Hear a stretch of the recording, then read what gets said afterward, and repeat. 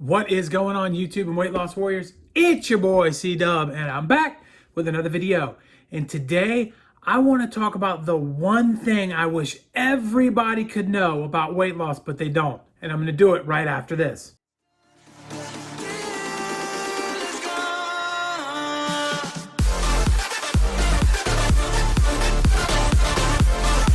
What is happening? My name is C-Dub, and if you're new to this channel, I lost 125 pounds eating just one meal a day. I'd like to welcome you to the channel. I started this channel to hook you up with tips, tricks, knowledge, and ideas that I've learned along the way in my journey to help you out on your journey. I'd like to welcome you and hope that you become a subscriber. And if you are a subscriber, a weight loss warrior, one of my people that come in and day out and support this channel, help this channel grow and allow it to reach more people, I appreciate each and every one of you, because your contributions are going to allow me to reach out to somebody and save their life. And I appreciate you so much for that. Thank you. And if you watch my videos and I show up every day and you're recommended and you're watching them anyways and you haven't subscribed, hit that subscribe button, because YouTube's then going to send me out to more people, and you never know whose video they're going to put me in front of. So I appreciate you supporting me by just clicking that one little button, maybe even a thumbs up to help a brother out and continue to grow this channel. With all of that put beside, let's talk about what we're here to talk about today. And that is simply the one thing I wish I knew about weight loss when I started, and the one thing that I can give to you as a gift. You may already know or you may not, but we hear all the times that weight loss is basically calories in versus calories out. And that is ultimately, at the end of the day, what it boils down to, and whether or not you succeed or don't succeed in weight loss. And that could not be further from the truth. Is it partially true? Yes. But there's many factors that fall into just that little line, like what a calorie actually is and how inaccurate the measuring of calories are worldwide. And that, you know, what a calorie does to you and what a calorie does to me are two totally different things. And where the calorie comes from matters. Is it coming from this type of food or that type of food? And so there's all of these layers of factors that make things confusing and can be part of why you're succeeding or why you're failing. But the one thing that stays true and stays accurate is the function of your body. And what do I mean by that? What I mean is, if you look at us in a car and say that we're a car for a minute, well, if you're running your car on a better quality gasoline, your car's going to run better. If you're not changing your oil, you're going to run into problems. But if you're changing your oil and you're running your car on the right gasoline and you're doing all of these things right, the next thing you know, your car is going to function better, and it's going to get you from point A to point B smoother, right? Well, the human body is the same way. It has a thing called a circadian rhythm, and we don't hear about it enough in the weight loss community. But basically what that is your sleep-wake cycle, but it's so much more than that. It's kind of how everything fits together. And so what happens when we eat from when we wake up to when we go to bed? So we're basically eating breakfast and snack, lunch and snack, dinner and snack. And that's kind of how our day works, right? Every couple hours we're putting something in. Our body has to break it down, and the digestive system is what's going to do that.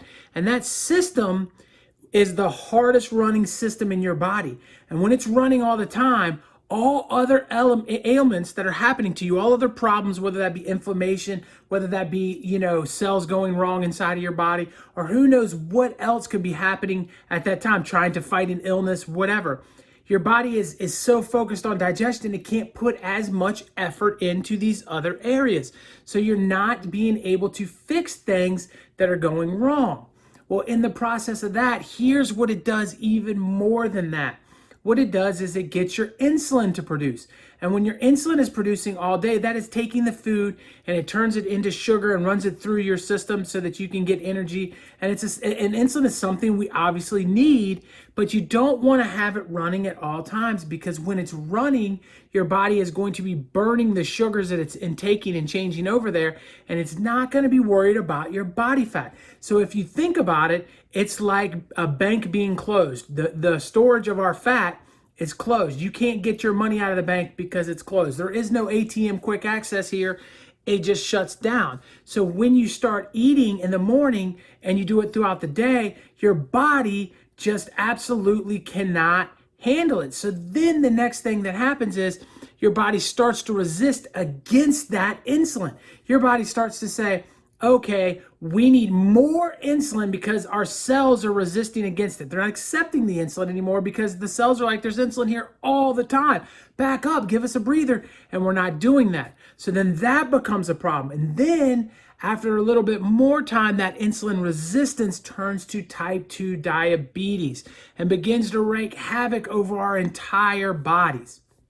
And so a lot of times on weight loss channels, you hear them push like low carbs to stay away from that and this and that.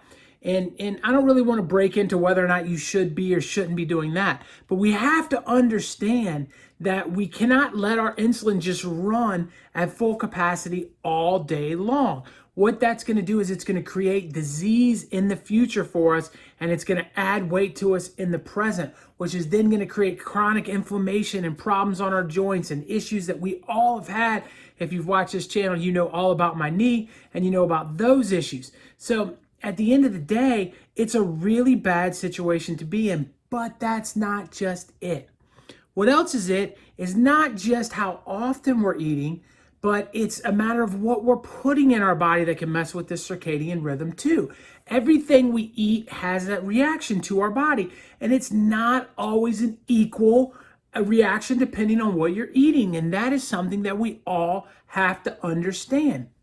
So when you're taking food and you're eating it, if that food is full of sugar, your insulin levels are going to produce much greater, much harder, and it's going to be a longer time before you can get back into fat burning mode. Where if you're eating something that does not have a lot of carbs in it, it's going to react different. And so everybody kind of understands that it'll stay at a lower level and it'll get you back to fat burning mode a little bit quicker. But what people don't talk about enough is that when you're eating processed food and man-made food, let's say, for example, margarine over butter. Well, if you look at a margarine label, it will say half the fat of butter or 75% less fat than butter and less calories than butter. But what they're not telling you is it's man-made, it's genetically modified. And so when that happens, your body is not used to breaking this down in the same manner, and it's probably going to increase its insulin too. And it's going to compound your issues instead of making your issues better in the long run. So what you're running your body on matters too.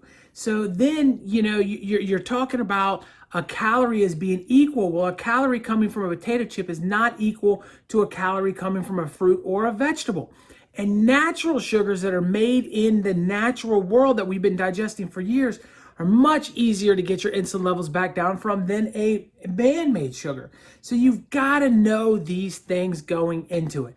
So ultimately, if you want to wrap your head around what the big picture is here, and what I'm trying to say is the circadian rhythm is the key. Our body's rhythm, our body's reaction to when we eat and what we eat, as well as when we sleep and when we don't. And the stress levels also matter because of the cortisol levels block you from losing weight. So if you're stressed out and you're not sleeping and you're eating junk food, you can be under your calorie limit on what your TDEE says, and your calories in, calories out, and you're not seeing results on the scale. On the other hand, you could be doing everything right, but allowing too much stress into your life and not getting enough sleep, and your body can block you too.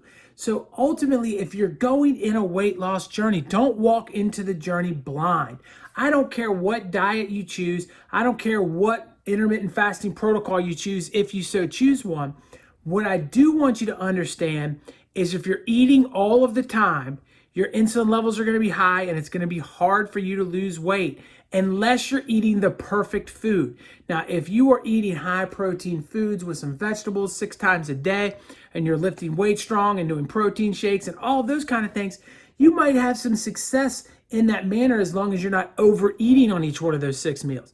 But if you're going to be eating anything that's not good for you, and you're going to be doing it 6 times throughout the day, you're really going to put your body in a situation where long term it's going to give out on you a little bit, and you're going to start creating that insulin resistance, and that just opens up Pandora's box of problems in your life, and you don't want any of those.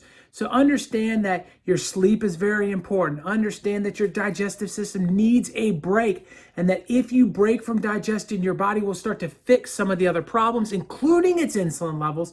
And when it starts to fix these problems, you'll start feeling better and want to get more active, and your weight loss journey is going to have more success. So how do we do all of those things in one little quick 2-second idea here? And it's really simple. You got to take a break from food.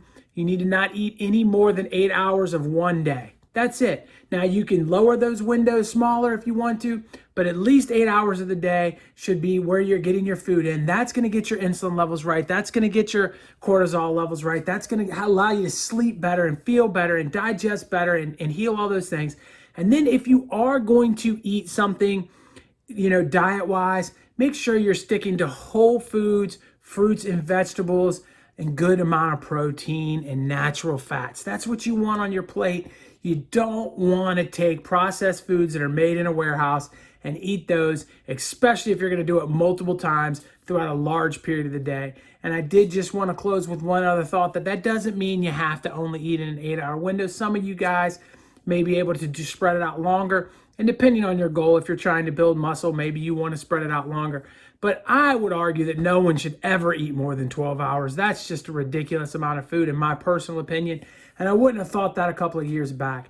So, go ahead into this thing with an open mind and understanding that even more important than calories in, calories out are your circadian rhythm and your hormones. Those are going to play the biggest factor in whether or not you lose weight. And when you get those in check, you're going to be on the fast track to weight loss. I'll talk to you guys on my next one. Right here's a video popping up. Check that bad boy out. My face, it's over here. Click on that bad boy and subscribe. It's free. It's free, guys. Free to click on that face and subscribe. Thank you so much. Peace.